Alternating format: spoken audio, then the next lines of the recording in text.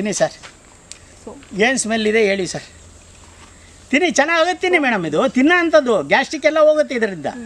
ಹಾಂ, ಸೋಂಪು ಕಳೆದಿಂದ ಆಮೇಲೆ ಎಲೆ ಮೇಲೆ ಹಾಕೊಂಡು ತಿಂತೀವಲ್ಲ ಸರ್, ಬಿಡಾಗೆ ಬಿಡ. ಅದೈತೆ ಕರೆಕ್ಟೇ ಮೇಡಮ್. ಪಾನ್ ಮಸಾಲ ಅಂತ ಇದ್ರ ಹೆಸರು. ಪಾನ್ ತಿಂತೀರಲ್ಲ ಮೇಡಮ್, ಕಲ್ಕತ್ತಾ ಪಾನ್ ಕೆಳಗಡೆ ಇಡ್ತಾನೆ, ಇದ್ರ ಎಲೆನ ಮೇಲ್ಗಡೆ ಇಡ್ತಾನೆ. ಸುಣ್ಣ ಹಾಕಿ, ಗುಲ್ಕನ್ ಹಾಕಿ, ಚೆರಿ ಒಂದೆರಡು ಹಾಕಿ, ಅದಕ್ಕೆ ಮತ್ತು ಇದನ್ನು ಹಾಕ್ತಾನೆ, ಯಾವುದು ಪಪ್ಪಾಯಿ ಕಾಯಿಲಿ ಮಾಡಿದ್ದು, ಒಂದು 4 ಹಾಕ್ಬಿಟ್ಟು ನಿಮ್ಮ ಹತ್ರ 100 ರೂಪಾಯಿ ಕಿತ್ಕೋತಾರೆ. ಈ ಎಲೆಯಿಂದಲೇ 100 ರೂಪಾಯಿ ಕೊಡೋದು ನೀವು. ಅದೇ 100 ರೂಪಾಯಿ ನನಗೆ ಕೊಡಿ ಅಂದ್ರೆ ಕೊಡೋಕ್ಕಲ್ಲ ಯಾರು. ಹಾಯ್, ಹಲೋ, ನಮಸ್ತೆ. ನಮ್ಮೂರು ಟಿವಿ ವಾಹಿನಿಯ ಸಮಸ್ತ ವೀಕ್ಷಕರಿಗೂ ಕೂಡ ನಮಸ್ಕಾರಗಳು. ಪ್ರಿಯ ವೀಕ್ಷಕರೇ, ನಾನಿವತ್ತು ನಮ್ಮ ರೈತ ಬಾಂಧವರಿಗೆ ಒಂದು ವಿಶೇಷ ನರ್ಸರಿಯ ಪರಿಚಯವನ್ನು ಮಾಡಿಕೊಡೋದಕ್ಕೆ ಬಂದಿದ್ದೇನೆ. ಹೌದು, ಈ ಒಂದು ನರ್ಸರಿಯಲ್ಲಿ ಇಡೀ ಇಂಡಿಯಾದಲ್ಲೇ ಎಲ್ಲೂ ಕೂಡ ಸಿಗದಂತಹ ಬಗೆ ಬಗೆಯ ತುಂಬ ಒಂದು ವಿಧ ವಿಧ ಬಗೆಯ ಹಣ್ಣಿನ ಗಿಡಗಳು ಈ ಒಂದು ನರ್ಸರಿಯಲ್ಲಿ ಸಿಗುತ್ತದೆ. ಹಾಗಾದರೆ ಅದು ಎಲ್ಲಿ, ಯಾವ ತರಹದ ವಿಶೇಷ ಹಣ್ಣಿನ ಗಿಡಗಳ ತಳಿ ಸಿಗುತ್ತೆ ಅನ್ನೋದರ ಸಂಪೂರ್ಣ ಮಾಹಿತಿಯನ್ನು ನೀವು ತಿಳ್ಕೊಬೇಕಂದ್ರೆ ಈ ಕೂಡಲೇ ನಮ್ಮ ಚಾನಲ್ಗೆ ಸಬ್ಸ್ಕ್ರೈಬರ್ ಆಗಿ ಈ ಒಂದು ವಿಡಿಯೋನ ಶೇರ್ ಮಾಡಿ ಅಂತ ಹೇಳ್ತಾ ಬನ್ನಿ. ಹಾಗಾದರೆ ಈ ಒಂದು ನರ್ಸರಿಯ ಸಂಪೂರ್ಣ ಮಾಹಿತಿಯನ್ನು ತಿಳ್ಕೊಳ್ಳೋಣ. ಪ್ರಿಯ ವೀಕ್ಷಕರೇ, ನಾನಿವತ್ತು ಗಂಗಣ್ಣಗೌಡ ನರ್ಸರಿಯ ಮಾಲೀಕರಾದಂತಹ ಗಂಗಣ್ಣ ಅವರ ಜೊತೆ ಇದ್ದೇನೆ. ಬನ್ನಿ, ಅವರ ನರ್ಸರಿಯಲ್ಲಿ ಯಾವ್ಯಾವ ರೀತಿಯ ಯಾವ್ಯಾವ ವಿಧದ ಹಣ್ಣಿನ ಗಿಡಗಳು ಸಿಗುತ್ತೆ, ಅದರ ವಿಶೇಷತೆ ಏನು, ಎಷ್ಟು ವರ್ಷಕ್ಕೆ ಫಸಲು ಬರುತ್ತೆ, ಅದರ ಒಂದು ರೈಟ್ ಏನು, ಎಲ್ಲದರ ಸಂಪೂರ್ಣ ಮಾಹಿತಿಯನ್ನು ತಿಳ್ಕೊಳ್ಳೋಣ. ಸರ್ ನಮಸ್ತೆ. ನಮಸ್ಕಾರ. ಮೊದಲನೇದಾಗಿ ತಮ್ಮ ಪರಿಚಯ ಮಾಡಿಕೊಡಿ ಸರ್. ನನ್ನ ಹೆಸರು ಗಂಗಣ್ಣಗೌಡ ಅಂತ ಹೇಳಿ. ನನ್ನ ಗ್ರಾಮ ಮಹಾದೇವರಹಳ್ಳಿ, ಗಂಡಸಿ ಹೋಬಳಿ, ಅರಸೀಕೆರೆ ತಾಲೂಕು. ಈ ಕಡೆ ಚನ್ನರಾಯಪಟ್ಟಣದಿಂದ ಬಂದರೆ ನಿಮಗೆ 24 ಕಿಲೋಮೀಟ್ರ್ ಆಗುತ್ತೆ. ಅರಸೀಕೆರೆಯಿಂದ ಬಂದರೆ 20 ಕಿಲೋಮೀಟ್ರ್ ಆಗುತ್ತೆ. ಅದೇ ತಿಪ್ಟೂರಿಂದ ಬಂದರೆ 19 ಕಿಲೋಮೀಟ್ರ್ ಆಗುತ್ತೆ. ಈಗಾಗಲೇ ಮೇಡಮ್ ಅವ್ರು ಹೇಳಿದ ಹಾಗೆ ನಮ್ಮ ನರ್ಸರಿಯಲ್ಲಿ ಇರ್ತಕ್ಕಂಥದ್ದು ವಿದೇಶಿ ತಳಿಗಳಿಗೆ ಮಾತ್ರ ನಾವು ಹಣ್ಣಿನ ಗಿಡಗಳನ್ನು ಇಲ್ಲಿ ಪಾಲನೆ ಮಾಡಿದ್ದೇವೆ. ಈ ಹಣ್ಣಿನ ಗಿಡದ ವಿಶೇಷ ಏನಪ್ಪ ಅಂತ ಹೇಳಿದರೆ, ಪ್ರತಿಯೊಂದು ಜಾತಿಯ ಗಿಡಗಳು ಕೂಡ ನಮ್ಮಲ್ಲಿ ಇರೋದರಿಂದ ಕೆಲವೊಂದು 1 ವರ್ಷಕ್ಕೆ ಫಸಲು ಕೊಡೋವಿದ್ದಾವೆ, ಕೆಲವೊಂದು 2 ವರ್ಷಕ್ಕೆ ಫಸಲು ಕೊಡೋವಿದ್ದಾವೆ, ಕೆಲವೊಂದು 4 ವರ್ಷಕ್ಕೆ ಫಸಲು ಕೊಡೋಂಥ ಗಿಡಗಳು ಇದ್ದಾವೆ. ನಿಮಗೆ ಎಲ್ಲ ಗಿಡಗಳ ಪರಿಚಯವನ್ನು ನಾನೀಗಾಗ ಮಾಡಿಕೊಡ್ತೀನಿ. ತಮಗೆ ನೋಡಿ, ಇದೊಂದು ಲಿಂಬು, ಇದು ಚೈನಾ ಕಟ್ಟಿ ಮನಿ ಅಂತ ಹೇಳಿ, ಇದು ಚೈನಾದಿಂದ ತಯಾರಾಗಿ ಬರುತ್ತೆ. ಇದು ನೀವು ಭೂಮಿಗೆ ಹಾಕಿದ 3 ತಿಂಗಳಲ್ಲಿ ಹೂವು ಸ್ಟಾರ್ಟ್ ಆಗುತ್ತೆ. ಇದರ ವಿಶೇಷ ಏನಪ್ಪ ಅಂತ ಹೇಳಿದರೆ 365 ದಿವಸನೂ ಕೂಡ ಫಸಲು ಕೊಡುತ್ತೆ. ನೀವು ಒಂದು ವರ್ಷಕ್ಕೆ 365 ದಿವಸನ ಫಸಲು ಕೊಡುತ್ತೆ. ಎಷ್ಟು ದಿವಸಕ್ಕೆ ಸ್ಟಾರ್ಟ್ ಆಗುತ್ತೆ ಸರ್ ಅದು ಫಸಲು? ಫಸಲು ನೀವು ಭೂಮಿಗೆ ಹಾಕಿದ 1-2 ತಿಂಗಳಲ್ಲಿ ಹೂ ಸ್ಟಾರ್ಟ್ ಆಗಿಬಿಡುತ್ತೆ. ಆಮೇಲೆ ಇನ್ನೊಂದು ತಳಿ ಇದೆ ಲಿಂಬುವಲ್ಲಿ, ಇದು ಕಾಜ್ಗಿ ಲಿಂಬು ಅಂತ ಹೇಳಿ. ನೋಡಿ, ಈಗಾಗಲೇ ಅಲ್ಲಿ ಲಿಂಬು ಬಿಟ್ಟಿದ್ದಾವೆ, ಅಲ್ಲಿ ಸಾಕಷ್ಟು ಲಿಂಬುಗಳಿದ್ದಾವೆ, ತಾವು ನೋಡ್ಬೋದು. ಕಾಜ್ಗಿ ಲಿಂಬು. ಕಾಜ್ಗಿ ಲಿಂಬು ಅಂತ ಹೇಳಿ. ಯಾವ ದೇಶದ ತಳಿ ಸರ್? ಕಾಜ್ಗಿ ಲಿಂಬು ಇದು ಕೂಡ ಚೈನಾ ದೇಶದ್ದೇ. ಚೈನಾದೆ. ಆಮೇಲೆ ಮೋಸಂಬಿ, ಅಲ್ಲಿ ನೋಡಿ ಆ ಉದ್ದಕ್ಕಿದೆ ಅಲ್ಲ, ಅದು ಅಲ್ಲಿ ಕಾಯಿ ಬಿಟ್ಟಿದ್ದಾವೆ ಅವು ಕೂಡ.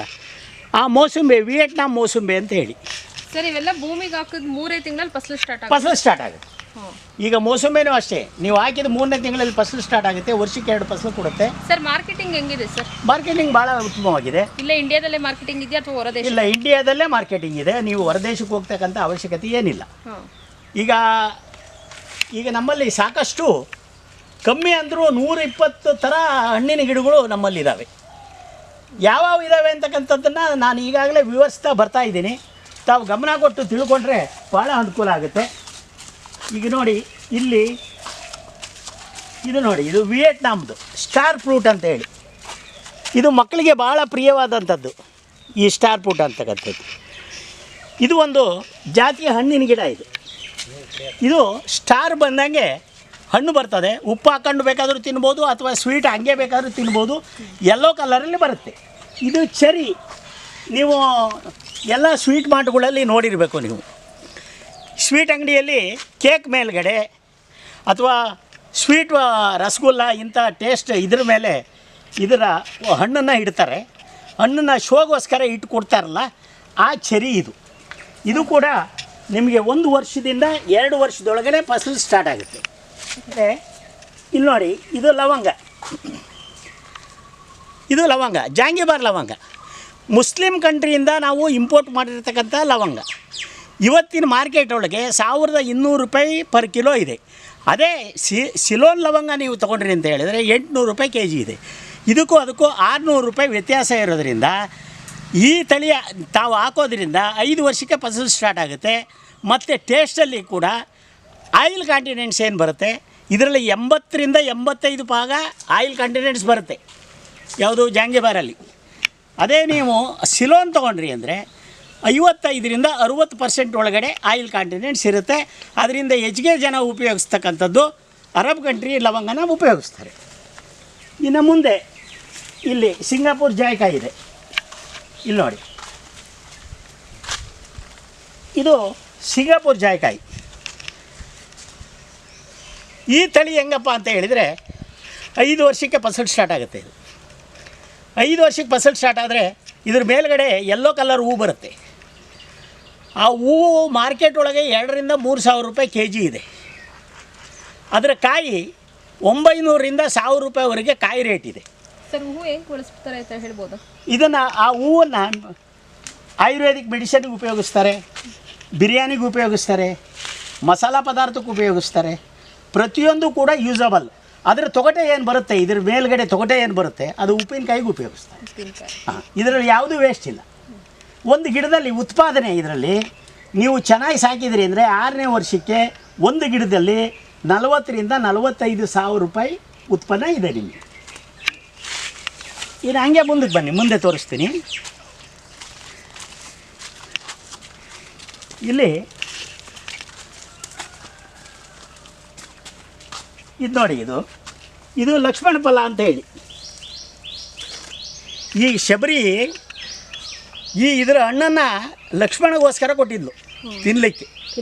ಹಾಂ, ಅದರಿಂದ ವನವಾಸಕ್ಕೆ ಹೋದಾಗ ಆ ಕಾಲದಿಂದಲೂ ಕೂಡ ಈ ಕಾಲದವರೆಗೆ ಲಕ್ಷ್ಮಣ ಫಲ ಅಂತಲೇ ಹೆಸರಿಟ್ಟಿದ್ದಾರೆ. ಇದು ತಿನ್ನೋಕ್ಕೆ ಭಾಳ ರುಚಿಯಾಗಿರುತ್ತೆ. ಎಷ್ಟು ವರ್ಷಕ್ಕೆ ಫಸಲು ಬರುತ್ತೆ ಸರ್? ಇದು ನಿಮಗೆ 2ರಿಂದ 3 ವರ್ಷಕ್ಕೆ ಫಸಲು ಸ್ಟಾರ್ಟ್ ಆಗುತ್ತೆ. ಆಮೇಲೆ ನೀವು ಮ್ಯಾಂಗೋಸ್ಟಿನ್ ಕೇಳಿರ್ತೀರಿ. ಇಲ್ಲಿ ನೋಡಿ, ಇದು ಮ್ಯಾಂಗೋಸ್ಟಿನ್. ಇದು ಕೂಡ ಹೊರದೇಶದ ತಳಿ. ಇದರ ಹಣ್ಣು 700 ರೂಪಾಯಿಂದ ಹಿಡ್ಕೊಂಡು 1400 ರೂಪಾಯಿ ಸೀಸನ್ ವೈಸ್ ಇರುತ್ತೆ. ಕಿತ್ತಳೆ ಹಣ್ಣು ತೋಳೆ ಬರುತ್ತಲ್ಲ ಒಳಗಡೆ, ಆ ಥರ ತೋಳೆ ಬರುತ್ತೆ. ಫುಲ್ಲು ವೈಟ್ ಇರುತ್ತೆ. ಭಾಳ ರುಚಿಕರವಾದ ಹಣ್ಣು. ಎಷ್ಟು ವರ್ಷಕ್ಕೆ ಫಸಲು ಬರುತ್ತೆ ಸರ್? ಇದು 4 ವರ್ಷ ಬೇಕು ನಿಮಗೆ.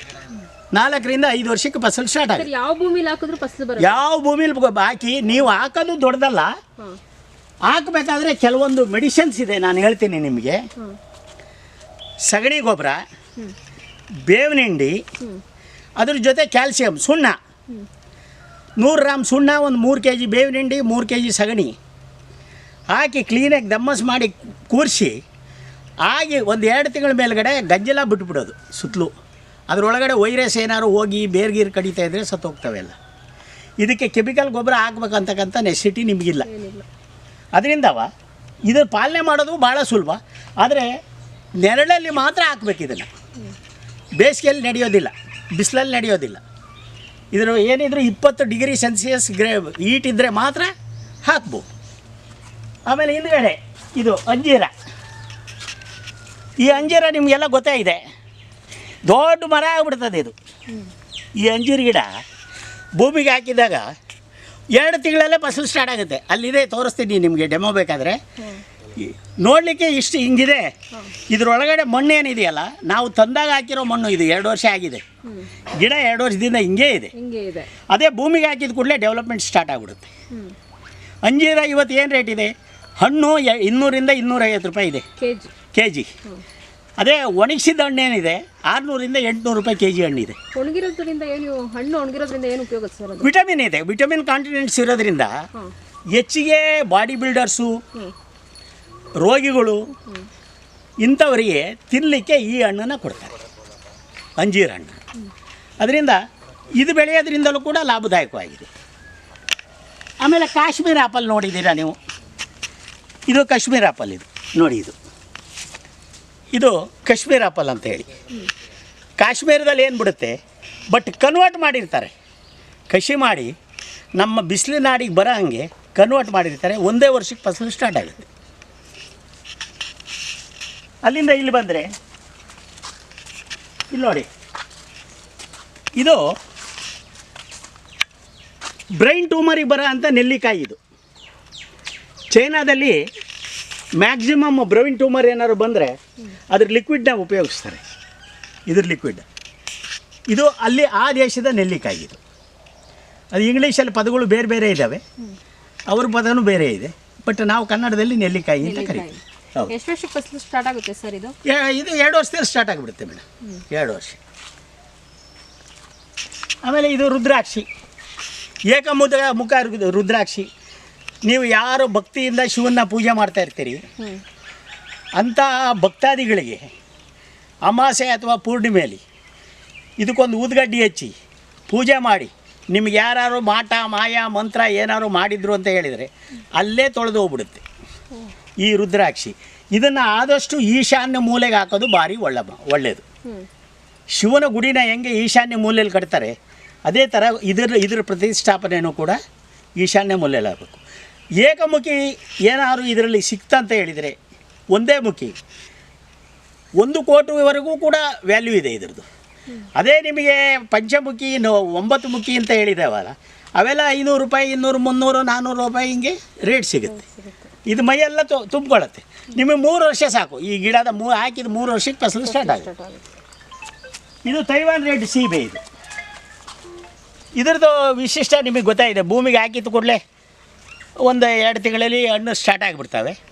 ಅದನ್ನು 6 ತಿಂಗಳು ಹರಿದಾಕಬೇಕು. ಹಣ್ಣನ್ನು ಹರಿದಾಕಿದ ಮೇಲೆ ಮುಂದೆ ಬರ್ತಕ್ಕಂಥ ಫಸಲು ಏನಿದೆ 300 ಗ್ರಾಮಿಂದ ಹಿಡಿದು 1 kg ಹಣ್ಣು ಬರುತ್ತೆ.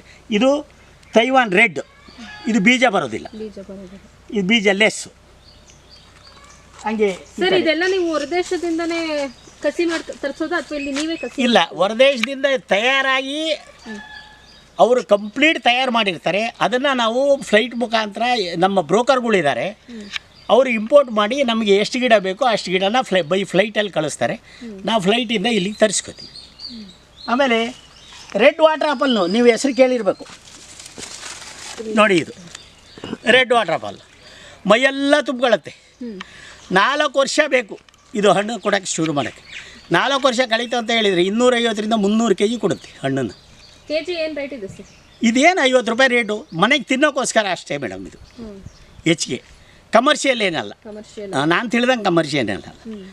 ಇದನ್ನು ಬೇಕಾದರೂ ನೀವು ಮಾಡ್ಬೋದು. ಆಮೇಲೆ ಅಲ್ಲಿ ನೆಲ್ಲಾನಿ ಗೋಲ್ಡ್ ಏಲಕ್ಕಿ ಇದೆ. ಆಮೇಲೆ ಇಲ್ಲಿ ಮೆಣಸಿದೆ. ನಿಮಗೆ ಮೆಣಸು ಬೇಕಾದರೆ ಮೆಣಸು ಕೂಡ ಕೊಡ್ತೀವಿ ನಾವು. ಯಾವುದು ಸರ್ ಇದು ಮೆಣಸು? ಮೆಣಸು ವಿಯೆಟ್ನಾಂ ಮೆಣಸು ಮೇಡಮ್. ಇದು ಹೊರದೇಶದಿಂದ ಅಲ್ಲಿಂದ ಕಡ್ಡಿ ತಂದು ಇಲ್ಲಿ ಹಾಕಿ ಅದರಿಂದ ಈ ಟೈಪ್ ತಯಾರು ಮಾಡ್ತೀವಿ ನಾವು ಗಿಡಗಳನ್ನ. ಸರ್ ಇಲ್ಲಿ ನಿಮ್ಮಲ್ಲಿ ಅಂದರೆ ನೀವು ಇಷ್ಟೆಲ್ಲ ಹೊರದೇಶದಿಂದ ತರಿಸಿ ಇಲ್ಲಿ ರೈತರುಗಳು ಕೊಡ್ತಾ ಇದ್ದೀರಲ್ಲ, ತಾವೇನಾದರೂ ತಮ್ಮ ತೋಟದಲ್ಲಿ ಪ್ರಯೋಗಗಳನ್ನ ಮಾಡಿದ್ದೀರಾ ಸರ್? ಈಗಾಗಲೇ ನನ್ನ ತೋಟದಲ್ಲಿ 600 ಟೈಪ್ ಗಿಡ, ಹಣ್ಣಿನ ಗಿಡ ಹಾಕಿದ್ದೀನಿ. ನೀವು ಬೇಕಾದರೆ ಎಲ್ಲ ನಮೂನ ಹಣ್ಣಿನ ಗಿಡನೂ ಎಣಿಸ್ಕೋಬೋದು.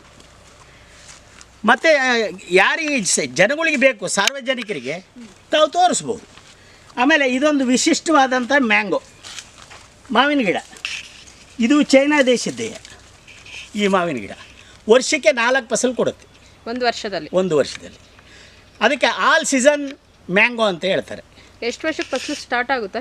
ನೀವು ಭೂಮಿಗೆ ಹಾಕಿದ 6 ತಿಂಗಳಲ್ಲಿ ಫಸಲು ಸ್ಟಾರ್ಟ್ ಆಗುತ್ತೆ ಮೇಡಮ್. ಈಗಾಗಲೇ ನಮ್ಮಲ್ಲಿ 150 ಗಿಡ ಹಾಕಿದ್ದೀವಿ. ತಾವು ನೋಡ್ಬೋದು, ಇಲ್ಲೆಲ್ಲ ಇದೆ, ತೋಟದಲ್ಲೆಲ್ಲ ಇದೆ. ಹಾಗೆ ಬನ್ನಿ ಮೇಡಮ್. ವಿಯೆಟ್ನಾಂ ಲಿಚ್ಚಿ, ಇದ್ರ ವಿಶಿಷ್ಟ ಏನಪ್ಪ ಅಂತ ಹೇಳಿದರೆ ಬೀಜ ಬರುತ್ತೆ. ಅದೇ ಚೈನಾದ ನೀವೇನಾದ್ರು ಲಿಚ್ಚಿ ತಗೊಂಡ್ರಿ ಅಂತ ಹೇಳಿದರೆ ಅದರೊಳಗಡೆ ಬೀಜ ಬರೋದಿಲ್ಲ. ಮತ್ತು ಇದು ಹಣ್ಣು ಕೆಂಪು, ಬಿಳಿದಲ್ಲ. ಮಾರ್ಕೆಟಲ್ಲಿ ಫುಲ್ಲಿ ಹೈಲಿ ಡಿಮ್ಯಾಂಡ್ ಇರ್ತಕ್ಕಂಥದ್ದು ಸೀಡ್ಲೆಸ್, ಬೀಜ ಇಲ್ಲದ ಕೆಂಪು ಹಣ್ಣು. ಅದನ್ನು ಈಗಾಗಲೇ ಕಮರ್ಷಿಯಲ್ಲಾಗಿ ಸಾಕಷ್ಟು ಜನ 20 ಎಕರೆ 30 ಎಕರೆ ಎಲ್ಲ ಮಾಡಿದ್ದಾರೆ. ನಮ್ಮ ಹತ್ರನೇ ಗಿಡ ತೊಗೊಂಡೋಗಿ ಮಾಡಿದ್ದಾರೆ. ನಾವು ಹೋಗಿ ನೋಡ್ಕೊಂಬಂದಿದ್ದೀವಿ. ತಾವು ಕೂಡ ನಮ್ಮ ಜೊತೆಯಲ್ಲಿ ಬಂದರೆ ನಾವು ಕೂಡ ತೋಟಗಳನ್ನ ತೋರಿಸ್ತೀವಿ ಅವ್ರದ್ದು. ಇಲ್ಲಿಂದ ಮುಂದೆ ಮೇಡಮ್ ಸರ್, ಇವಕ್ಕೆಲ್ಲ ಬೇಸಾಯ ಪದ್ಧತಿ ಯಾವ ರೀತಿ ಮಾಡಬೇಕು ಸರ್? ಏನಿಲ್ಲ ಮೇಡಮ್, ನೀವು ಭೂಮಿಗೆ ಹಾಕಿ 15 ಅಡಿಗೆ ಒಂದೊಂದು ಹಾಕಿ, ನಾನು ಹೇಳಿದ್ನಲ್ಲ ಗೊಬ್ಬರಗಳು, ಆ ಗೊಬ್ಬರಗಳು ಕೊಟ್ಟರೆ ಸಾಕು ಮೇಡಮ್. ಹನಿ ನೀರಾವರಿ ಮಾಡಿಬಿಟ್ರೆ ಆಯಿತು. ಮತ್ತು ಇನ್ನೊಂದು ವಿಶಿಷ್ಟ ಮೇಡಮ್, ಇದು ಬಹುತೇಕ ಎಲ್ಲರ ಕಡೆ ಇಲ್ಲ ಅಂತ ಕಾಣುತ್ತೆ ನನ್ನ ಅಂದಾಜು. ಇದರಲ್ಲಿ ಒಂದು ಎಲೆ ತಿನ್ನಿ ಮೇಡಮ್, ಹಂಗೆ ತಗೊಳ್ಳಿ, ಒಂದು ಎಲೆ ತಿನ್ನಿ. ಸರ್ ಬನ್ನಿ ಸರ್, ಇಲ್ಲಿ ನೀವು ನಾನು ತಿಂದೆ ಸರ್ ಅವಾಗಲೇ, ಇಲ್ಲಿ ಬನ್ನಿ ಚೆನ್ನಾಗಿ ಸರ್ ನೀವು. ಹಾಂ ತಿನ್ನಿ ಸರ್, ಏನು ಸ್ಮೆಲ್ ಇದೆ ಹೇಳಿ ಸರ್. ತಿನ್ನಿ, ಚೆನ್ನಾಗುತ್ತೆ ತಿನ್ನಿ ಮೇಡಮ್. ಇದು ತಿನ್ನೋ ಅಂಥದ್ದು, ಗ್ಯಾಸ್ಟ್ರಿಕ್ ಎಲ್ಲ ಹೋಗುತ್ತೆ ಇದರಿಂದ. ಹಾಂ ಸೋಂಪು ಕಾಳು ತಿಂದಂಗೆ ಆಮೇಲೆ ಎಲೆ ಮೇಲೆ ಹಾಕೊಂಡು ತಿಂತೀವಲ್ಲ ಸರ್, ಬಿಡಾಗೆ. ಬಿಡ, ಹ್ಞೂ ಅದೈತೆ ಕರೆಕ್ಟೇ ಮೇಡಮ್. ಪಾನ್ ಮಸಾಲ ಅಂತ ಇದ್ರ ಹೆಸರು.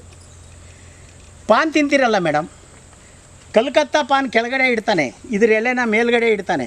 ಸುಣ್ಣ ಹಾಕಿ, ಗುಲ್ಕನ್ ಹಾಕಿ, ಚೆರಿ ಒಂದೆರಡು ಹಾಕಿ, ಅದಕ್ಕೆ ಮತ್ತು ಇದನ್ನು ಹಾಕ್ತಾನೆ, ಯಾವುದು ಪಪ್ಪಾಯಿ ಕಾಯಿಲಿ ಮಾಡಿದ್ದು, ಒಂದು 4 ಹಾಕ್ಬಿಟ್ಟು ನಿಮ್ಮ ಹತ್ರ 100 ರೂಪಾಯಿ ಕಿತ್ಕೋತಾರೆ. ಈ ಎಲೆಯಿಂದಲೇ 100 ರೂಪಾಯಿ ಕೊಡೋದು ನೀವು. ಅದೇ 100 ರೂಪಾಯಿ ನನಗೆ ಕೊಡಿ ಅಂದ್ರೆ ಕೊಡೋಕ್ಕಲ್ಲ ಯಾರು. ಹ್ಞೂ